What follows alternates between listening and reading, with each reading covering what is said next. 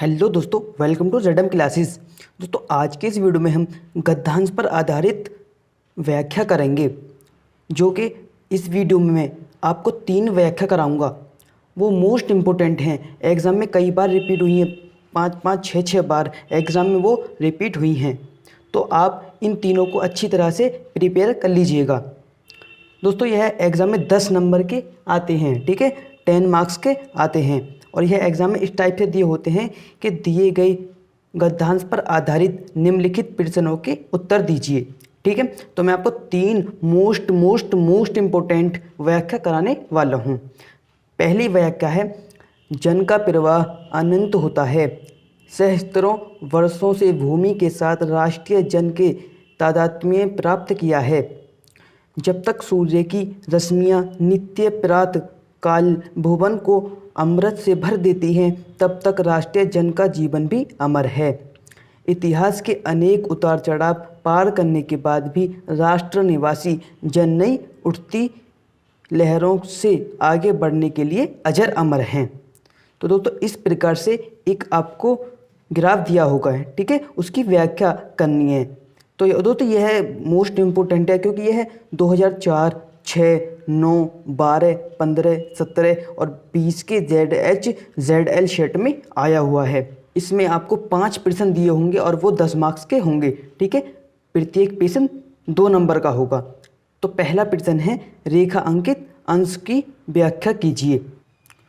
दोस्तों, इसकी व्याख्या कैसे करनी है, आपको स्क्रीन पर देख रहा होगा कि व्याख्या, प्रत्येक राष्ट्र का इतिहास निरंतर बदलता रहता है तथा उसमें अनेक उतार चढ़ाव आते रहते हैं, किंतु राष्ट्र के निवासियों की श्रृंखला निरंतर चलती रहती है। मनुष्य पीढ़ी दर पीढ़ी अपने राष्ट्र के साथ खड़ा या जुड़ा रहता है। इसी कारण हजारों वर्षों से मनुष्य ने अपनी भूमि के साथ तादात्म्य स्थापित किया हुआ है तथा विभिन्न दृष्टियों से एक रूपता बनाई हुई है। जब तक राष्ट्र रहेगा और राष्ट्र की प्रगति होती रहेगी, तभी एक राष्ट्रीय जन का जीवन भी रहेगा। हमारे राष्ट्र के इतिहास में उन्नति और अवनति के अनेक उतार चढ़ाव आते रहते हैं, किंतु हमारे राष्ट्र के लोगों ने नवीन शक्ति का निर्माण करते हुए उन्हें सहन किया है, उन्हें पार किया है, और आज भी हमारे राष्ट्र के ये निवासी इन उतार चढ़ावों का धैर्य के साथ मुकाबला करने के लिए उत्साहपूर्वक जीवित हैं। दोस्तों, इस तरह से हमें इसकी रेखांकित अंश की व्याख्या करनी है, ठीक है। दोस्तों, फिर एक दूसरा प्रश्न करना है। दोस्तों, नेक्स्ट क्वेश्चन करना है, पाठ का शीर्षक और लेखक का नाम लिखिए। तो पाठ का शीर्षक है हमारा राष्ट्र का स्वरूप।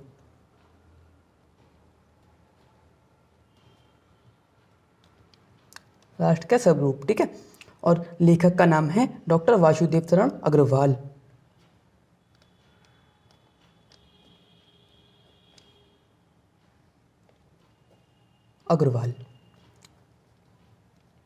ठीक है। नेक्स्ट क्वेश्चन करना है, जन के प्रवाह से क्या तात्पर्य है। तो जन के प्रवाह से तात्पर्य जीवन की गतिशीलता से है, ठीक है। इतना करने के बाद नेक्स्ट क्वेश्चन करना है, जन का संतवाही जीवन किसकी तरह है। तो जन का संतवाही जीवन नदी के प्रवाह की तरह है, ठीक है। तो ये 4 क्वेश्चन हो गए। फिर 5वां क्वेश्चन करना है हमें, प्रश्न नंबर 5 के राष्ट्रीय जन ने किसके साथ तादात्म्य स्थापित किया है। तो राष्ट्रीय जन की भूमि के साथ तादात्म्य स्थापित किया है। तो इन सब क्वेश्चनों के आंसर किस में मिल जाएंगे, व्याख्या में ही हमें प्राप्त हो जाएंगे। तो दोस्तों, नेक्स्ट व्याख्या करनी है हमें कि भाषा संस्कृति का एक अटूट अंग है। संस्कृति परंपरा से निःसृत होने पर भी परिवर्तनशील और गतिशील है। वैज्ञानिक आविष्कारों के प्रभाव के कारण उद्भूत नई सांस्कृतिक हलचलों को शाब्दिक रूप देने के लिए भाषा के परंपरागत प्रयोग पर्याप्त नहीं हैं। दोस्तों, कितने नंबर का आता है, 10 नंबर के आते हैं। 5 प्रश्न आते हैं, कितने नंबर के, 10 नंबर के, 10 अंक के। तो यह भी मोस्ट इम्पोर्टेंट है क्योंकि यह 2006, 9, 13, 17 और 2020 के ZE सेट में आया हुआ है, ठीक है। तो इसमें 5 प्रश्न दिए होंगे। पहला प्रश्न है, उपर्युक्त गद्यांश के पाठ का शीर्षक और लेखक का नाम लिखिए। तो पाठ का शीर्षक क्या है, भाषा और आधुनिकता। भाषा और आधुनिकता। ठीक है, और इसके लेखक कौन है, इसके राइटर कौन है, तो इसके राइटर हैं जी सुंदर रेड्डी।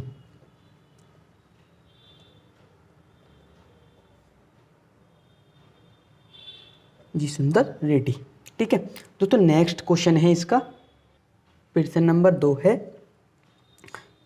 कि लेखांकित अंश की व्याख्या कीजिए।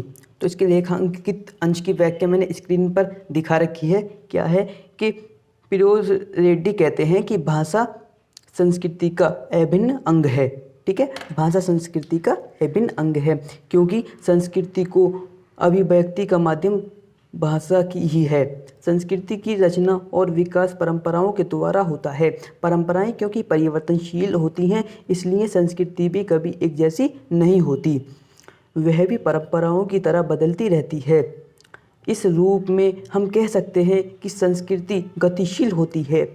विज्ञान की प्रगति के कारण हमारी सांस्कृतिक परिवेश में परिवर्तन आना अनिवार्य है। ये परिवर्तन क्योंकि हमारे दैनिक जीवन का अंग होते हैं, अतः उनकी अभिव्यक्ति के लिए हमें अपनी भाषा के परंपरागत प्रतिमानों को त्याग कर अथवा उनमें कुछ संशोधन परिवर्धन करना पड़ता है, क्योंकि भाषा की परंपरागत सामर्थ्य उस परिवर्तित नवीनता और व्यक्त करने में समर्थ नहीं होती है। ठीक है, इस प्रकार से क्या कर सकते हैं, हम रेखांकित अंश की व्याख्या कर सकते हैं। दोस्तों तीसरा प्रश्न है, प्रश्न नंबर 3, यानी गैर संस्कृति की गति किसके फलस्वरूप और अधिक तीव्र हो जाती है। तो संस्कृति की गति को विज्ञान की प्रगति के फलस्वरूप होने वाले नित नए आविष्कार और अधिक तेज कर देते हैं। दोस्तों प्रश्न नंबर 4 है, उद्भूत और परंपरागत का अर्थ क्या है। तो उद्भूत का अर्थ है उत्पन्न और परंपरागत का अर्थ है परंपरा से चले आ रहे हैं। ठीक है, और दोस्तों प्रश्न नंबर 5 है, संस्कृति की विशेषताओं का उल्लेख कीजिए। तो संस्कृति परंपरा से निकलती है, यह परिवर्तनशील और गतिशील होती है, इसकी गति विज्ञान की प्रगति के साथ जुड़ी होती है। दोस्तों इस तरीके से हम कंप्लीट दूसरी व्याख्या कर सकते हैं, जो कि 10 नंबर की होती। दोस्तों अब तीसरी व्याख्या है कि पूर्वजों ने चरित्र और धर्म, विज्ञान, साहित्य, कला और संस्कृति के क्षेत्र में जो कुछ भी पराक्रम किया है, उस सारे विस्तार को हम गौरव के साथ धारण करते हैं। दोस्तों यह 2005, 2007, 10 और 18 में आया हुआ है। तो पहला प्रश्न है 5, जैसे मैंने आपको पहले भी बताया है कि इसके 5 प्रश्न दिए होंगे जो कि 10 मार्क्स के होंगे। तो पहला प्रश्न है, गद्यांश के पाठ और लेखक का नाम लिखिए। तो पाठ का नाम क्या है, अभी मैंने आपको पिछली व्याख्या कराई थी, ये सेम उसी की तरह है। तो इस पाठ का नाम है राष्ट्र का स्वरूप।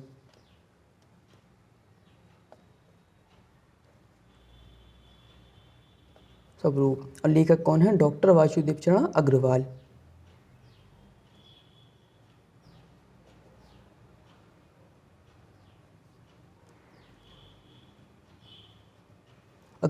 ठीक है, तो प्रश्न नंबर 2 करना है, रेखांकित अंश की व्याख्या कीजिए, जो कि मैंने आपको स्क्रीन पर दिखा रखी है। क्या लिखना है व्याख्या में, व्याख्या में हमें यह लिखना है कि सांस्कृतिक परिवेश विकास की एक पद्धति है। हमारे पूर्वजों ने चरित्र, धर्म, विज्ञान, साहित्य, कला और संस्कृति के क्षेत्र में जो उन्नति की है, उस पर गर्व करते हुए हम उसे राष्ट्र की विभूति के रूप में स्वीकार करते हैं। प्राचीनता के प्रति गौरव की भावना से हमारे मन में भावी प्रगति हेतु प्रबल साकार होता है। मतलब भावना से हमारे मन में भावी प्रकृति हेतु प्रबल आकांक्षाएं का उदय होता है। इस आकांक्षा को हम अपने भावी जीवन में साकार होता हुआ देखना चाहते हैं। हमारी कामना होती है कि इस गौरव को हम अपने जीवन में उतारें और अपने भविष्य को पुष्ट बनाएं। यही राष्ट्र के विकास का स्वाभाविक ढंग है। ठीक है, तो यह क्या है, यह इसकी रेखांकित अंश की व्याख्या है। दोस्तों अब तीसरा प्रश्न करना है कि हम गौरव के साथ किसे धारण करते हैं। तो इसका उत्तर यह लिखना है कि हमारे पूर्वजों ने अपने महान चरित्र का उदाहरण प्रस्तुत करके हमें धर्म, विज्ञान, साहित्य, कला और संस्कृति के क्षेत्र में जो भी उल्लेखनीय कार्य किए हैं, उन्हें हम समग्र रूप में गौरव के साथ धारण करते हैं। दोस्तों अगला प्रश्न करना है, हमारे पूर्वजों ने संस्कृति के किन क्षेत्रों में अपना पराक्रम दिखाया है। तो इसका उत्तर यह लिखना है, हमारे पूर्वजों ने संस्कृति के धर्म, कला, साहित्य, विज्ञान आदि क्षेत्रों में तथा अपने चरित्र को महान बनाने की दृष्टि से अपना पराक्रम दिखाया है। तो यह सभी प्रश्न व्याख्या से सॉल्व हो सकते हैं। तो ऐसे ही एक आध प्रश्न और आएगा, यानी 5 क्वेश्चन टोटल दिए होंगे और वो 10 मार्क्स के होंगे। ठीक है, तो दोस्तों यह 3 व्याख्या मोस्ट इंपॉर्टेंट थी जो कि मैंने आपको अभी कराई हैं। तो दोस्तों वीडियो पसंद आई तो वीडियो को लाइक कीजिए, शेयर कीजिए और चैनल पर नहीं हो तो सब्सक्राइब करके घंटी बजाना मत भूलिए। और भी हिंदी से रिलेटेड, केमिस्ट्री से रिलेटेड मैंने वीडियोस अपने चैनल पर डाले हुए हैं, अगर आपने वो नहीं देखे हैं तो मेरे चैनल के माध्यम से देख सकते हैं। तो मिलते हैं अगली वीडियो में, तब तक के लिए गुड बाय।